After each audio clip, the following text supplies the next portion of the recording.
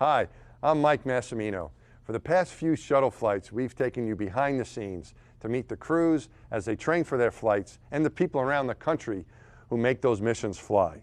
But there's a lot of footage that we haven't shown you yet, so we'd like to take you back to some of our recent flights and introduce you to more of the people who do everything at NASA. We hope you enjoy this episode of NASA Behind the Scenes.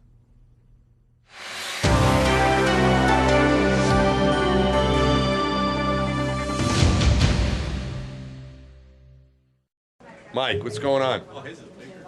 Nice shirt. What are you doing? I am talking to your training team because you guys are so busy. We're very busy. I'm about to work out. You are? Where you go? Are you leaving? Yeah. Oh, so you got a minute then. What's the story with these pink shirts today? These are the Team Scorch shirts that our training team came up with. Pretty nice, huh? They're very, very nice. Pink is the new black. At least that's what Leland told me. That's what Leland told you? Yeah. What's this? He did. Hey, wait a minute! I didn't know there was gonna be cameras here. That's not what happened to your pig, is it? You know, no. This is all store bought. In fact, there's no free range organic pork today because I ran out of time. Otherwise, there would have been. All right. So what's here now? You guys are here. You're camping out here more or less for a day and a half. Yeah, I mean, you get pretty to go much. home and sleep, right? Eventually. Yeah, but you got to eat. But you got to eat. So And if you're gonna eat, you may as well eat good. you might as well eat good. That's right. And what do we got? What is that? We got South Carolina pulled pork. Oh my gosh! And what's in the other? What's in there? Is that? More South Carolina pulled pork. Oh my goodness! What's in the ice chest? How many More got- pulled pork. Really?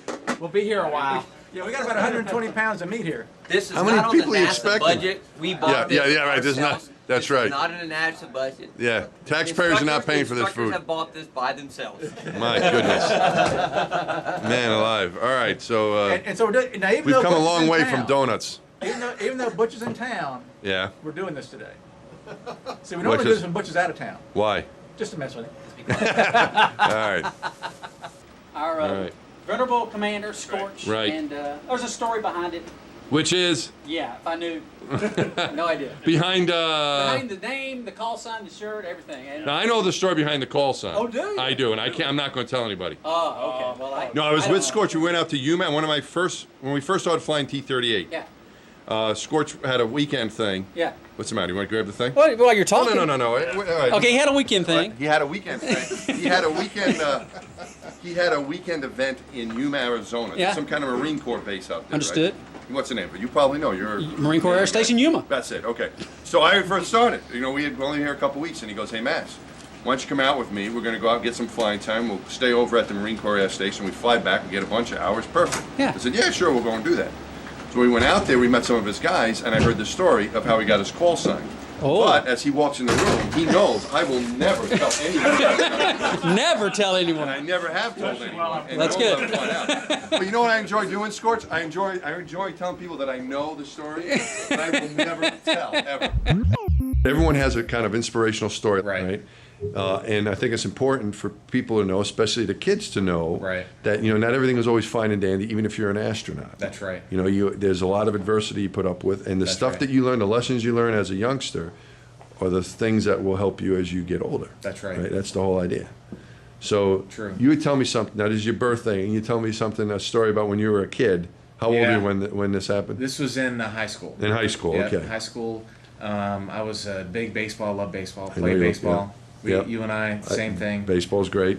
So we tried out for the high school baseball team. It's Right. February, and go through a few weeks of tryouts and playing. It's in Maryland. It's cold at Oakland Mills High School there in Columbia, Maryland. And so there, finally the big day comes, and the coach posts the list on the wall, and all the boys run out. We're all looking at it, and I'm like, "Hey, there's no verts on here. What's wrong?" The coach must have missed something. So I didn't make the baseball team, but he said that he would let you, if you didn't make the team, he would still let you come out and practice with the team. That's And good. if you worked hard, he'd kind of let you, be there with the team. So Jerome Jefferson was our coach, and I appreciate that a lot. I stuck around with the team. This is my freshman year, and I didn't get a lot of playing time, but at least I got to practice. And then the following year, I came out, just got some playing time, and went on played varsity baseball in high school. So it was very good of the coach to say, you know, hey, even if you didn't make the team, you can still hang out, you can still work hard, and then it worked out for me. Later on, I got to play. Yes, I love those stories because it's really twofold.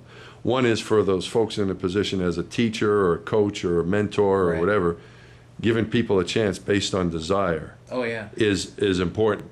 Yep. And That's you know, one if side someone's of willing it. to work, if someone really wants to do it, I think the coaches would rather have a kid like that, you know, than Right. somebody who maybe has some talent but doesn't care and doesn't work hard. So Right. yeah, that was really good of the coach. And you know, and then like I said, I played a few more years. I played Yeah. on the varsity team. Now I coach Little League baseball, so Right. it worked out really good. But the other part of it is you took the opportunity and didn't, you know, a lot of times it's easier just to quit. You know, sometimes Right. the easy thing to do, even though you love baseball, is to quit, but you have to be true to your passion. Right. Right. You got to And- stick with it. And stick with it. And it's Yeah. something maybe a little embarrassing. Right. Everyone else made it but me, but I'm still Right. hanging around. And Well, but you our did it. office is full of guys like that. Yeah, guys yeah. who had to apply 4 and 5 times, and it took Right. them 10 years to get to be astronauts. Yeah. Right. So that's what I'm going to say is that throughout your career, you know, for that experience in baseball and other things, I'm sure you applied that to other Yeah. obstacles you faced, right? Yeah. You know, just because it doesn't work out the first time doesn't mean it's never going to work Right. out. And the same thing happens, you know, I'm sure for you in your career, flying, astronaut officer. I mean, did you get picked? Maybe you're one of those guys who got picked the first time you applied? The first time I applied to be an astronaut, I got was selected. lucky. I'd rather be lucky than good. Right, that's good. But I got picked. But But that doesn't happen to a lot. It but didn't still, happen to I me. mean, It took me 4 tries. A lot of it. Everybody in my class had to wait 8, 9, Right. 10 years to fly. Everybody in the class before us had to wait Right. 8 or 9 years to fly. So Right. a bunch of us have had to wait a long time to fly. Yeah, that's true. This is your first flight. This is You've my been an first flight. astronaut since Been here 9 years. 2000, Yeah. right? So you go on a 9.5 when you fly. Yeah, or more. Yeah. So that determination stuff that you learn as a youngster stays with you You got to stay for everything you stick with do. it. All right, man. Here we have Stephanie Turner. Stephanie, your official title is training manager, right? Which means that you are in charge of scheduling every training event, right? Yes, And you did it for the crew I was on, STS 125, your favorite crew. I'm sure. absolutely. And you're doing it now for this SCS 129, or as we've come to know them now since their cake cutting ceremony, Team Scorch. Yes. Apparently is okay. So you're doing it for these guys. You've done it for how many crews now have you? have you 129 scheduled? is my third, and All I'm right. also assigned to 134, who will fly next year, and they're All my right. fourth.